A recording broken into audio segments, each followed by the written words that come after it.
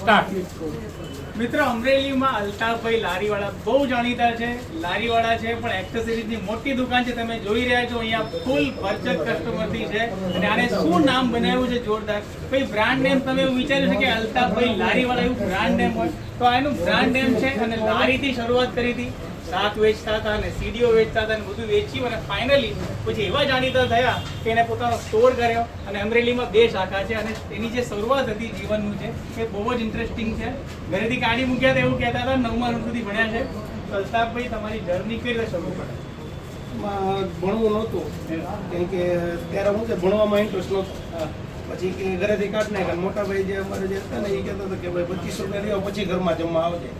પછી કીધું વાંધો ને. બીજા દિવસે લારી ગોતી મજૂરી કરી. યાર્ડમાં મજૂરી કરતા હતા. મજૂરી કરીને સીધું ફ્રૂટ ને બકાલું ચાલુ કર્યું. ને આ ધીમે ધીમે પછી કટલરીની લાઈન કટલરી ચાલુ કર્યું. પછી કટલરીમાં થોડુંક ડીમ પડ્યો. પછી ધીમે ધીમે મોટા ભાઈ સીડી થોડી વેચી સીડીમાં ડીમ પડવા માંડ્યું. પછી એસેસરીઝ અમારા જે મિત્ર મંડળ છે, મેઘદૂત મોબાઈલવાળા, શિવ મોબાઈલવાળા, બીજા બધા મિત્ર મંડળ ને ત્યાં અમે નવયુગ ઇલેક્ટ્રિકવાળા છે એ બધાએ સપોર્ટ કર્યો. જે વેપારીને ટોટલી આમ સમજો ને કે કોઈના વખાણ કરવા જેવા નથી, અનહદ સપોર્ટ કર્યો.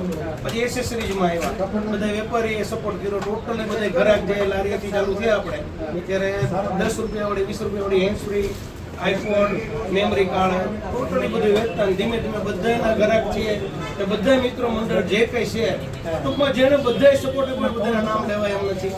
ટોટલી બધાને સપોર્ટ. અમારા જીવનમાં તો છે ને એવું હોય એને ઓછા આવી જાવ ને પછી જૂનું બધું ભૂલી જવાનું.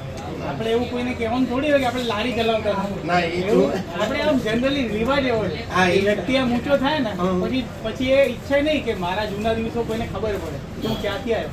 પણ તમે તો આમ નામ જ એવું રાખી લીધું કે ભાઈ અલ્તાફભાઈ લારીવાળા. હા, તો એવું કેમ રાખ્યું? એમાં બધા મને પૂછતા હતા કે નામ હું શું રાખશું. એટલે મેં કીધું આપણે જેનથી આગળ આવ્યા છીએ એટલે એ જ નામ રાખો. બધા મિત્ર મંડળે કીધું કે હવે લારી સારું ન લાગે. મેં કીધું ભાઈ હું જેથી આગળ આવ્યો છું ને એ જ મારે નામ રાખવું છે. એટલે મેં અલ્તાફભાઈ લારીવાળા જ રાખ્યું. અને પ્રગતિ થઈ. અત્યારે કેવું છે, ક્યાં સુધી પહોંચ્યા? સારામાં સારું બેસ્ટ. બધા ઘરે કાંઈ નહોતું આપણી પાસે. અત્યારે માલિકની મહેરબાની, બધાનો સપોર્ટ.